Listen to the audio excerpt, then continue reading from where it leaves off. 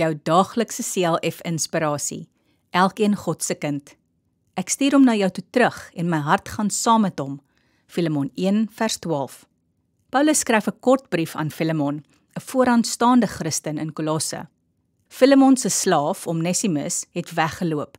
Dit was 'n ernstige oortreding, maar gelukkig het hy by Paulus uitgekom, wat hom na die Here gelei het. Nou skryf Paulus hierdie brief aan Filemon om hom te vra om sy slaaf terug te ontvang.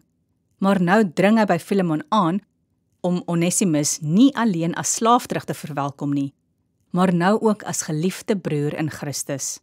Uit hierdie verhaal kan elkeen van ons 'n groot les leer.